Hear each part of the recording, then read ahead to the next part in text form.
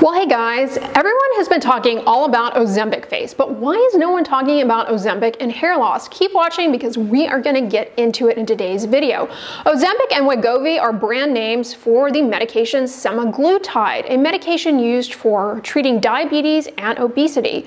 Semaglutide belongs to a class of medications known as GLP-1 receptor agonists, and one of the ways in which it works is to suppress one's appetite as well as to slow the emptying of food from the stomach into the intestines so that you feel fuller longer. If you have access to the internet, which I assume you do because you are watching yours truly, there is a good chance you have heard all about Ozempic. It has been all over the news, all over social media for some time now. Many celebrities have come out and admitted to taking it for weight loss purposes. And you've probably heard here and there talk of Ozempic face. I have a whole video explaining what the heck Ozempic face is, so definitely check that out.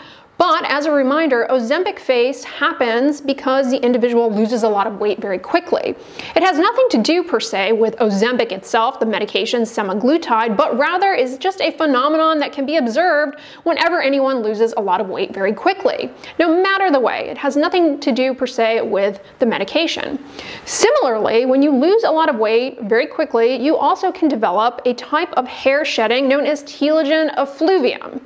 This can be seen with any type of rapid weight loss. It, again, has nothing to do with Ozempic per se, but rather is something that is observed when you lose a lot of weight very quickly, whether it be from, say, crash dieting or maybe you had weight loss surgery. Why does this happen? Well, the body perceives a rapid weight loss as a stressful event. And it says, oh my gosh, something's going on here. Now is not the time to be prioritizing hair growth. This is not unique to rapid weight loss per se, but rather can be seen with any body stressor. For example, it is very common to develop telogen effluvium after delivering a baby, because newsflash, that is a stressor. Any type of illness, having a fever, undergoing surgery, getting in a car accident, even jet lag and excessive sun exposure can trigger a telogen effluvium. Now, you'll recall back a year or so ago, I did some videos all about post-COVID hair loss, another type of event that has triggered a lot of telogen effluvium cases. Why exactly is this happening? Well, you see, a stressful event causes the hair follicles to prematurely enter the resting phase, known as telogen, and then subsequently those hairs fall out. It's normal for about 10% of the hairs on your head to be in the telogen resting phase, but when your body goes through a stressful event, about 40% of the hairs on your head will shift gears into the telogen phase. The telogen phase lasts about 3 to 4 months, and after that, a new hair will start to grow and push that telogen hair out. And as that telogen hair is getting pushed out, well, dang, you suddenly have a lot of hair shedding all at once. Freaks people out. As you can imagine, all of a sudden your hair is coming out in clumps. You've got a ton of hair in the drain. It's really, really distressing if you have, well, for anyone, but if you have a lot of hair volume, and all of a sudden you've got handfuls, fistfuls of hair coming out, it's very, very scary. But rest assured, this type of hair loss, it's not permanent, and it does not lead to baldness, meaning it's not a scarring type of hair loss. It's merely a rearrangement of the hair growth pattern, and in the majority of cases, the hair growth patterns eventually go back to normal. Having a lot of hair shedding is, in most cases, a good sign because it's a clue that the new hair is coming in to take its place. So it's actually a sign of hair regrowth when you get all of that shedding. Because the telogen phase lasts about 3 to 4 months, there's going to be a lag between the weight loss event, the rapid weight loss event, or whatever the stressful event was for that matter, and the onset of shedding of about 3 to 4 months. So a lot of times people don't make the connection that their hair shedding is related to something that happened several months ago. It can affect about 50% of the hair on your scalp. Now, as that new hair is coming in and pushing out that telogen hair and you're getting all that shedding, as that new hair starts to appear, what you'll notice is that you'll get almost a fringe of new quote-unquote baby hairs on your forehead. You can often see this actually in a lot of women who have delivered a baby, and then, you know, several months down the road, they develop telogen effluvium, and then once they start getting their hair growth cycle back on track, then you can often see that little fringe. It almost looks like, did you cut your hair and get bangs? What's going on there? That is usually a sign that the hairs are starting to come on in, and, you know, things are shifting around to get back on track. Now, when this first happens, the shedding is pretty diffuse all over the scalp, and you may appreciate an overall thinning of your hair. Like all of a sudden, because so many of the hair follicles have shifted over into the shedding phase, your hair may appear a lot thinner in the beginning. But after several months of hair shedding, the rate of shedding starts to peak and slow down, and eventually you start to get return to baseline rates of hair growth. Your hair cycle typically goes back to normal after around 6 to 9 months, but in some cases it can last a lot longer. But after the hair shedding tapers off and things go back to the normal growth rate, well, the hair overall thickness and density on your scalp, it's going to return to normal. Because the hair growth cycle and the nails, they respond to similar things, you also may observe some changes in your nail plate.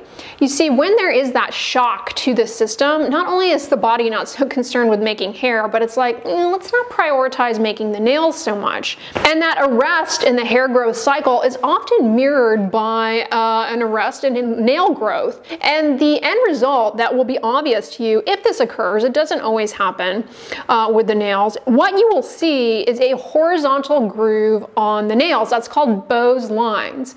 Interestingly enough, you can kind of determine when the stressful event occurred in relation to where that groove is appearing on your nail. You see, it takes about 5 months for the nail to grow from what's called the proximal nail fold all the way out to the tip. Say, for example, that horizontal groove is right in the middle of your nail plate. Well, that suggests that the stressful event probably happened roughly 2.5 months before. Coming back to the hair shedding that you might sustain if you lose a lot of weight very quickly on these drugs, namely semaglutide, brand name Wegovy, or Ozempic. Now, like I said, it's not a scarring hair loss, it's not permanent baldness. While it can be very distressing and while it can take some time to resolve, in most cases it does resolve, provided that you are no longer like rapidly losing a lot of weight very quickly. Once things taper off with your weight loss, then your hair cycle can go on the journey to correcting itself. That's what happens in the majority of cases. The telogen effluvium resolves and everything goes back to normal. However, in a subset of cases, telogen effluvium can become chronic. And we don't know why this happens, truthfully, but it appears as though something about the hair cycle gets shifted and the growing phase ends up being shorter in folks who go on to develop chronic telogen effluvium. The growing phase, otherwise known as anagen, it gets shorter, and so these patients are always shedding more hair. In most cases, the telogen effluvium does resolve. Now, the duration of time that you're dealing with the telogen effluvium, it can vary depending on how much weight you are losing, how quickly you're losing it, and how long you're going to be losing weight for. This is why it's so important, if you are on these medications, to be monitored carefully by your healthcare provider. You know, a concern around these medications is due to their popularity. A lot of people may be getting them outside of the physician office setting, and maybe they're not being monitored appropriately. A lot of people may be taking doses that are too high, they're getting a lot of side effects. That's a population where you're probably even more likely to develop telogen effluvium, you know, massive hair shedding due to the rapid weight loss. As opposed to if you're in a more controlled environment where you're being monitored and doses are being adjusted appropriately so you don't have these awful side effects that we talked about in my last video. So in most cases, the telogen effluvium, it resolves, albeit slowly in some cases, and rarely it can go on to be chronic. But another issue with telogen effluvium that really can freak some people out is that when you undergo all of this hair shedding, it can actually unmask an underlying genetic tendency towards hair loss, namely the condition known as androgenetic alopecia, which a lot of men and women deal with, where you get miniaturization of the hair turning into a baby hair. Going through a bout of telogen effluvium can really unmask an underlying androgenetic alopecia. I'm bringing it up because androgenetic alopecia is something that affects a lot of people. So if you overlay telogen effluvium on top of that, well, then the hair loss aspect of things is going to appear a lot more dramatic to you. There's a particular group of people out there who are being prescribed these medications that I know have strong concerns around hair loss. A lot of people with PCOS have diabetes, and a lot of people with PCOS struggle with obesity and weight due to issues around insulin resistance. People who have PCOS, they also can have androgenetic alopecia as a result of hormonal imbalances. The male hormones, they actually can drive that miniaturization process in the hair follicle, making the androgenetic alopecia a real issue for people with PCOS. Overlay the telogen effluvium aspect on top of things as it relates to rapid weight loss, well, then you can have a more striking hair loss issue going on. What is the solution around the telogen effluvium? How can you minimize it?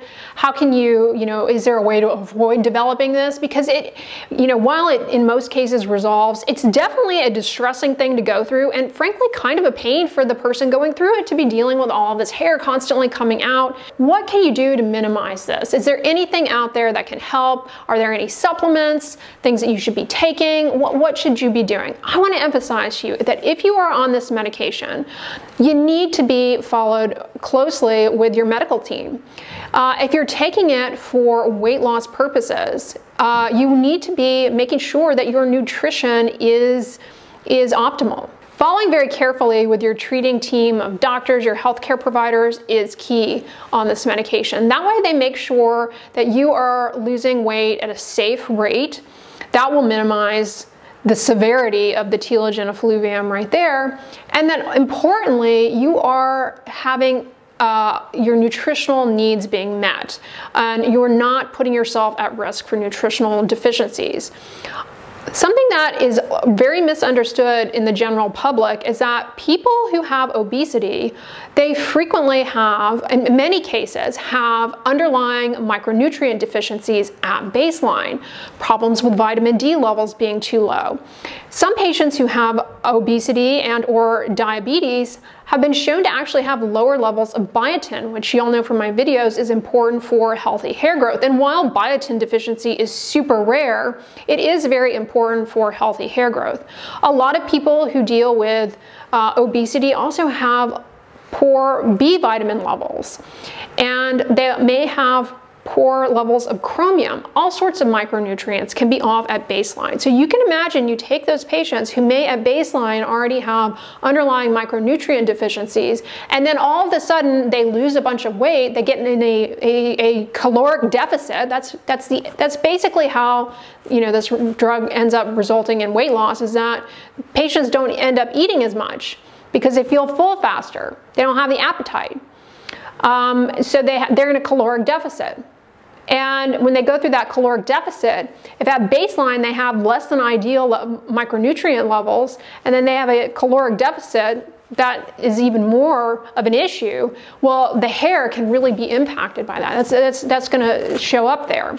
So following along with your healthcare team, and if necessary, seeing a registered dietitian who has expertise in folks, going through weight loss, substantial weight loss, either on these medications or, as it relates to maybe weight loss surgery. And I do have grave concerns that if some of these patients are accessing these medications outside of their doctor supervision, well, that's a group that's really at risk for more profound micronutrient deficiencies that not only can impact the hair, but other things as well. But when it comes to healthy hair growth, protein is very important. Discussing with your healthcare team and a registered dietitian how you can make sure you are hitting those micronutrient goals, protein goals, and safely losing the weight on this medication is going to be in your best favor, not only for your hair, your nails, but your overall quality of life, your health in general. Other things, zinc, iron, B vitamins, these are all super important. As a side note, I have a whole video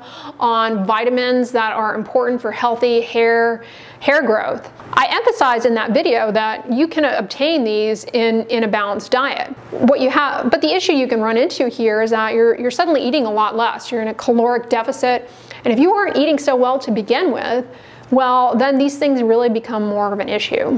What about taking hair, skin, and nails vitamins? Again, I would definitely talk to your healthcare provider. I've covered a lot of the hair, skin, and nail vitamins on this channel. I've talked about their risks and benefits. For example, taking biotin does have the risk of interfering with certain blood work. So if you're somebody who is on one of these medications, but maybe you have an underlying thyroid disorder, I would definitely talk to your healthcare provider first, because the biotin supplements could interfere with the lab tests they may need to order to monitor your thyroid. What about minoxidil? Minoxidil, I have a lot of videos on, by the way, is a oral medication as well as a medication that you put on the scalp. Would using minoxidil help with telogen effluvium?